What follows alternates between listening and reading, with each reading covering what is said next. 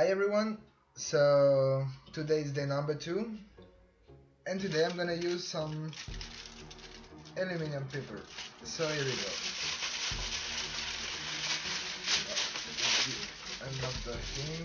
Wait. Let me show some connectors. Alright. Let's try this.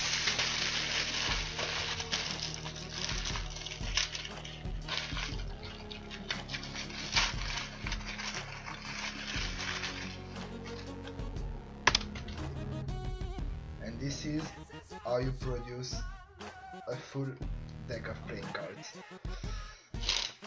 Alright, so thank you for watching guys and see you tomorrow.